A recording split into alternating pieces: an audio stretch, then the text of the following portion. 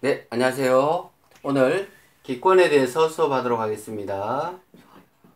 조금 전 방송사고로 다시 찍게 됐죠, 그죠? 자, 그러면 기권이라는 것은 지표면에서 몇 킬로미터까지를 기권이라고 하느냐면, 그렇죠. 1000킬로미터까지를 기권이라고 합니다, 그죠?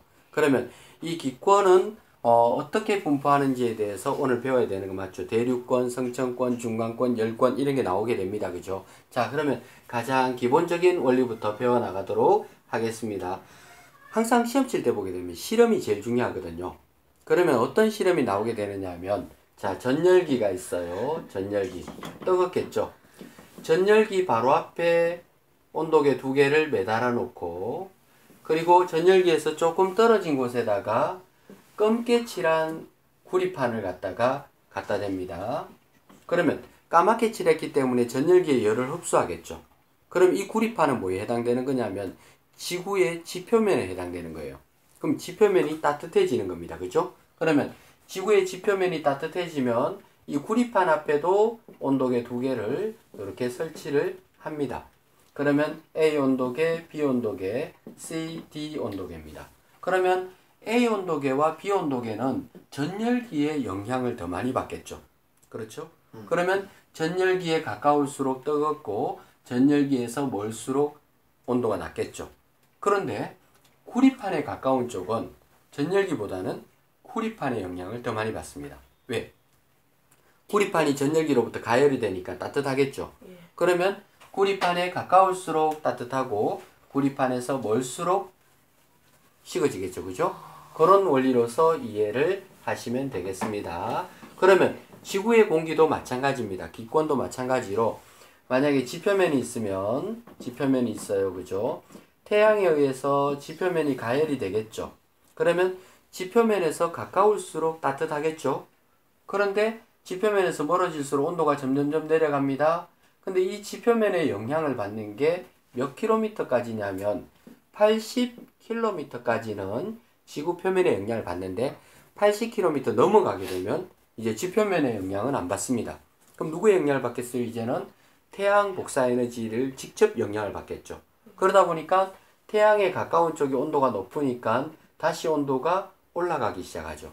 그래서 온도가 내려가는 곳과 올라가는 곳 두 군데로 나눠집니다. 그죠? 그래서 원래 기권은 이렇게 두 군데로 나눠져야 돼요. 근데 실제로 공부를 해보면 몇 군데로 나눠져요? 네 군데로 나눠지죠. 그럼 왜 이렇게 개수가 많이 늘었냐 하면 바로 20에서 30km 부근에 보게 되면 뭐가 있어요? 오존층이라는 게 있어요. 오존층이 자외선을 흡수하거든요. 그러면 지표면이 가열되기 전에 오존층이 먼저 막 따뜻해져요. 그렇죠? 그러면 오존층의 그 더운 열기 때문에 오존층 주변에서 다시 온도가 올라가요. 그러다가 오존층의 영향이 끝나면 다시 온도가 내려가겠죠? 그리고 다시 원래대로 되겠죠? 그래서 몇 개의 권으로 나눠집니까? 네 개로 나눠지게 되는 겁니다. 그렇죠? 자, 그러면 네 개의 경계면하고 특징들을 갖다가 알아보도록 하겠습니다. 자, 그러면 지표면이 있습니다.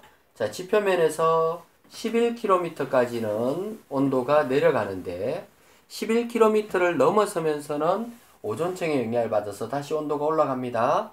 그리고 몇 킬로미터? 50km까지는 온도가 올라갑니다. 오존의 영향을 받는 거죠. 그러다가 50km를 지나면 다시 온도가 내려갑니다. 어디까지? 아까 조금 전에 말씀드렸던 80km까지는 온도가 또 떨어집니다. 그죠? 그리고 나서 다시 온도가 올라가겠죠.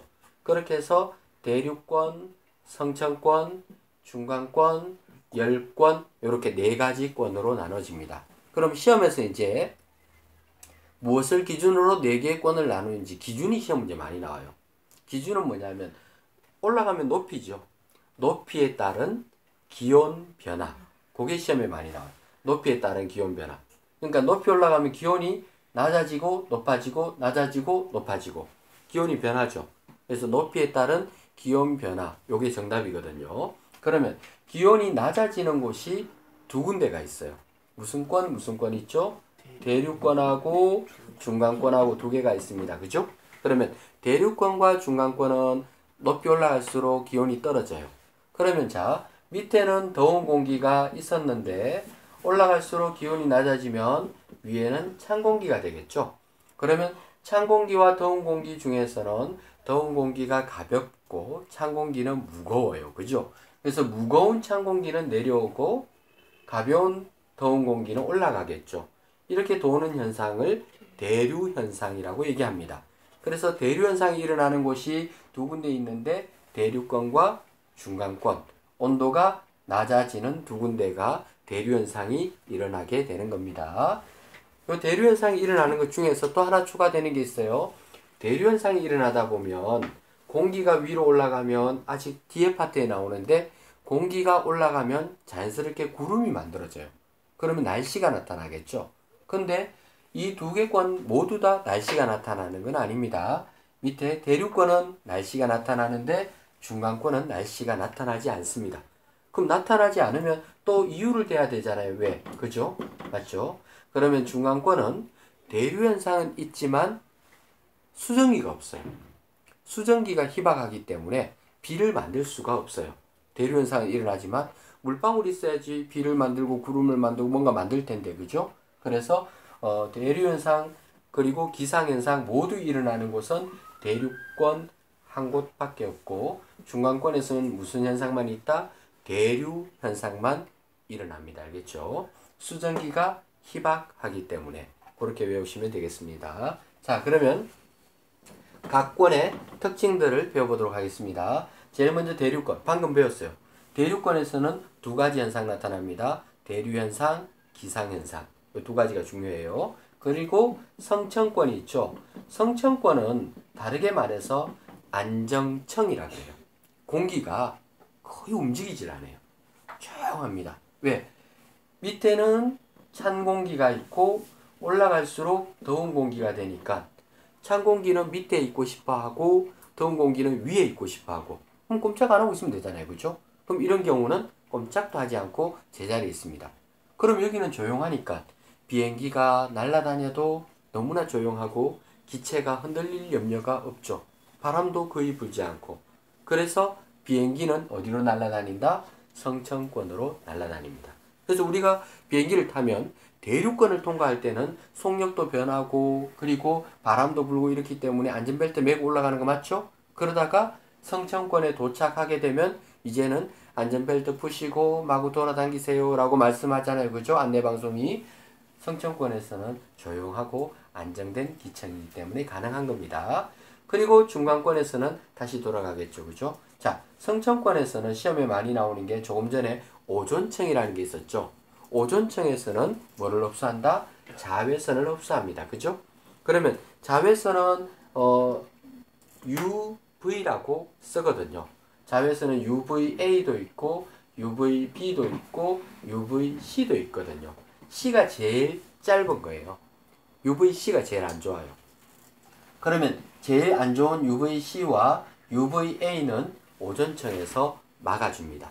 그래서 우리가 햇빛에 나가더라도 UVC나 또는 UVB를 만날 염려는 잘 없어요. 근데 UVA는 이 오존층도 잘 막지 못하고 통과해서 내려와요. 그래서 왜 여름에 막 대학볕에는 자외선 때문에 그렇죠? 자외선 차단 크림 이렇게 바르잖아요. 그죠? 물론 C만큼 해롭지는 않지만 그래도 조금은 영향은 있을 거잖아요. 그죠? 그래서 자외선 차단 크림을 담뿍담뿍 바르고 나가는 것이 좋습니다. 알겠죠? 그래서 왜 그 차단 크림 사보면 UVA 차단 크림 이렇게 되어 있죠.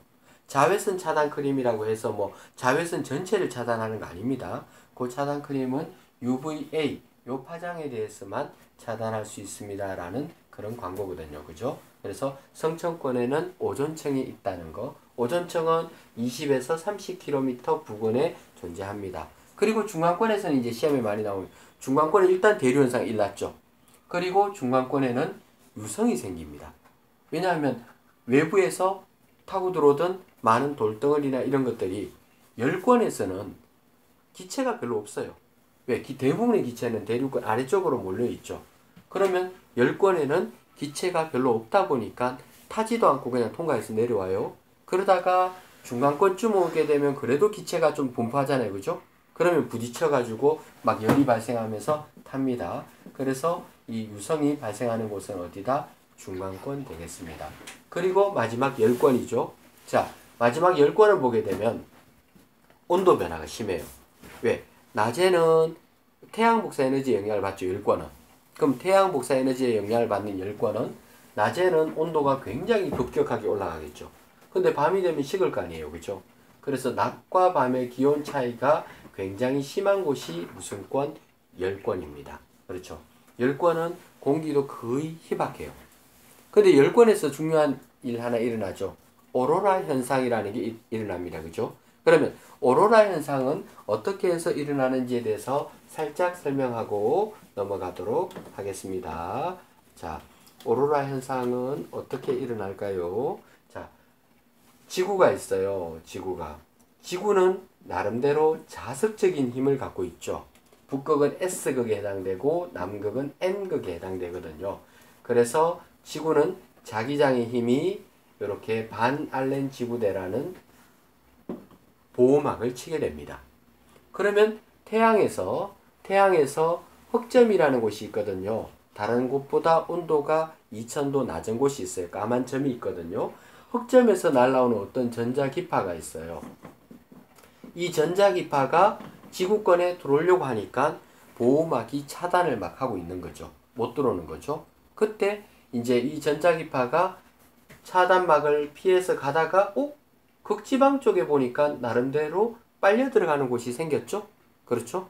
요 앞쪽은 차단이 됐지만 양쪽 극지방은 비어 있어요. 그러면 이 전자기파가 날아가다가 양쪽 극지방으로 빨려 들겠죠? 그래서 이 빨려드는 것이 대기권에 들어와서 열권에서 충돌을 하면서 아름다운 이렇게 색깔 오로라 현상, 그죠? 무늬가 막 나타납니다. 그래서 오로라 현상은 어디에서만 일어나요?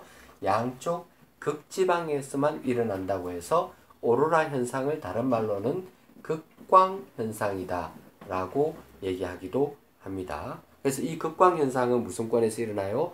열권에서 일어나는 현상입니다. 자, 그러면 곽권을 외울 때 높이를 11, 50, 80, 그리고 마지막은 100이 아니고 얼마다? 1000. 그렇죠. 그래서 지표면에서 11까지를 대륙권, 11에서 50까지를 성층권, 50에서 80까지를 중간권, 80에서 1000까지를 열권이라고 합니다. 그리고 권계면이라는 이름이 있는데요. 자, 대륙권과 성층권 사이에 있는 11km 지점은 경계면이에요. 이 경계면의 이름은 밑에 그 이름 따죠. 그래서 대륙권계면, 그 다음에는 성층권계면, 그 다음에는 중간권계면. 그러니까 11km는 대륙권계면, 50km는 성층권계면, 그 다음 80km는 중간권계면. 그렇게 나타납니다. 그리고 중간권계면 약간 위에 이 80km 지점이 온도가 제일 낮거든요. 그래서 온도가 가장 낮은 곳이 분포하는 지역은 중간권이다 라고 말씀하시면 되겠습니다. 아시겠죠? 그리고 대기 중에 공기를 보게 되면 자, 주로 분포하는 게 산소 기체가 약 21% 정도 분포해요. 질소가 훨씬 더 많죠. 질소는 78%. 이 두 가지만 합해도 몇 퍼센트가 돼요? 99% 정도가 돼 있죠.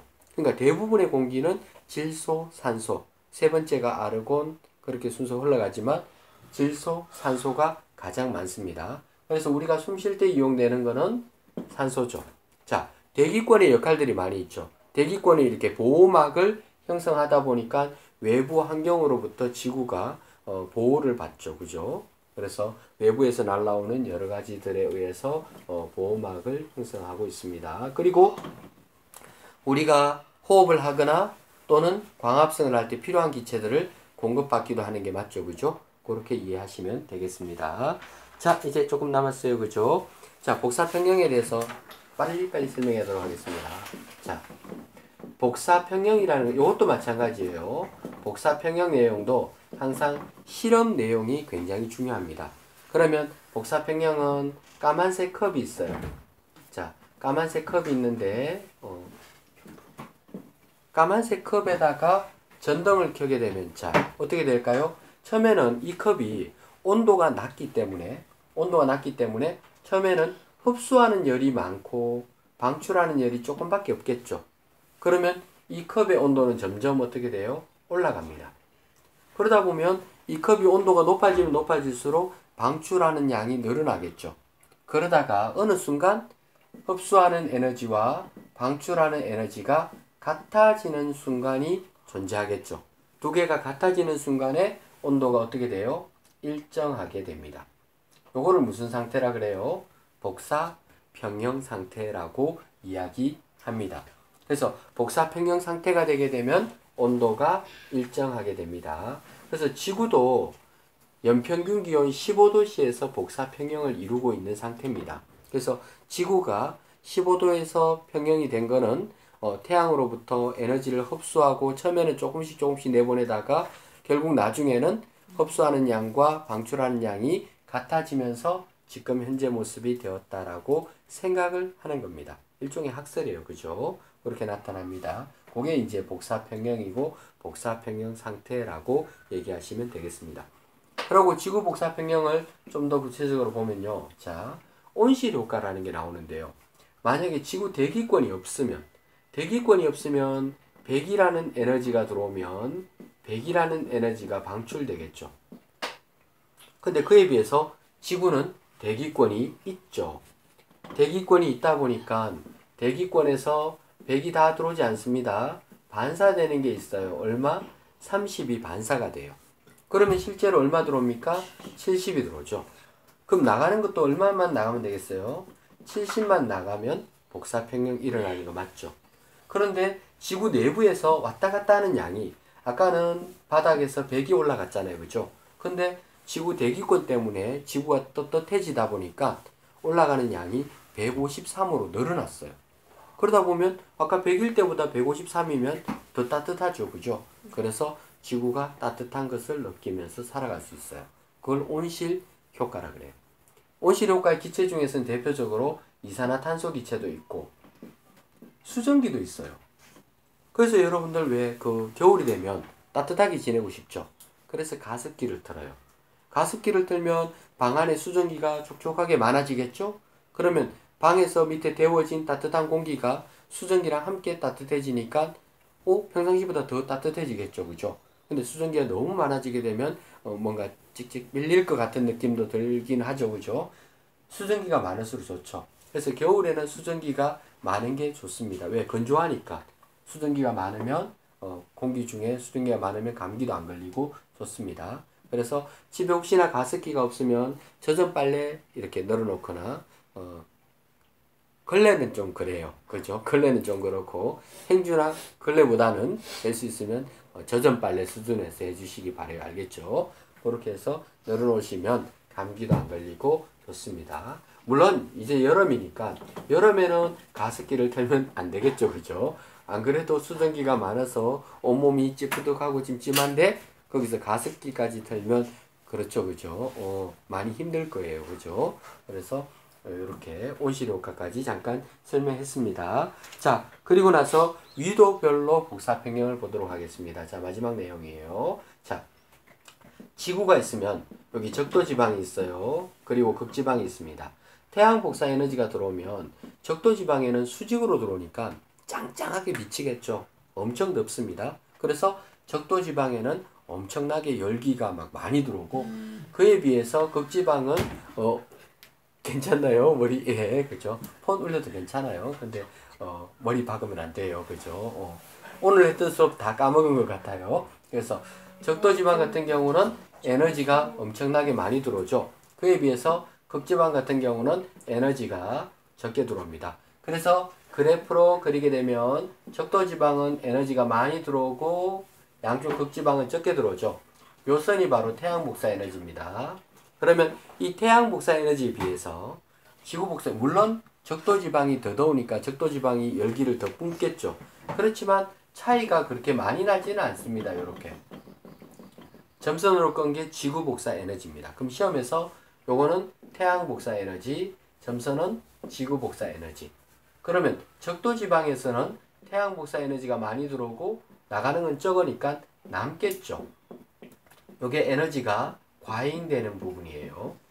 근데 38도를 기준으로 해서 38도보다 높은 극지방에 가면 에너지가 어때요? 모자라겠죠. 그렇죠? 그러면 그대로 놔두면 큰일 나요. 왜? 적도지방은 에너지가 계속 쌓이니까 점점 더워지겠죠. 극지방에는 점점 추워지겠죠. 그러면 이제 지구가 더 극화되잖아요. 그죠? 다행인 거는 요 남는 에너지가 부족한 쪽으로 배달이 돼요. 그죠? 배달이 되니까 항상 1년 동안 평균 기온이 15도를 유지할 수 있습니다. 그 배달하는 방법은 바람이 불어요. 바람 부는 거를 대기순환이라 그래요.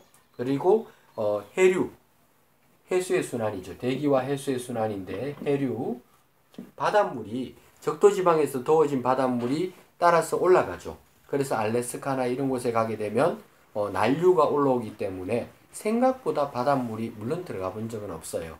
그죠? 생각보다 찹지는 않다 그래요. 물론 생각을 어느 정도 하냐에 따라 다르겠죠. 또 괜히 담가보고 속았네 이렇게 얘기하지 마시고 그죠? 생각을 더욱수로 찹다고 생각해 주세요. 알겠죠? 그래서 대기와 해수의 순환에 의해 가지고 적도지방에 남는 에너지가 양쪽 극지방으로 배달이 되면 온도가 일정하게 유지가 될 수가 있습니다. 그런 내용까지 잘 이해하시면 되겠습니다.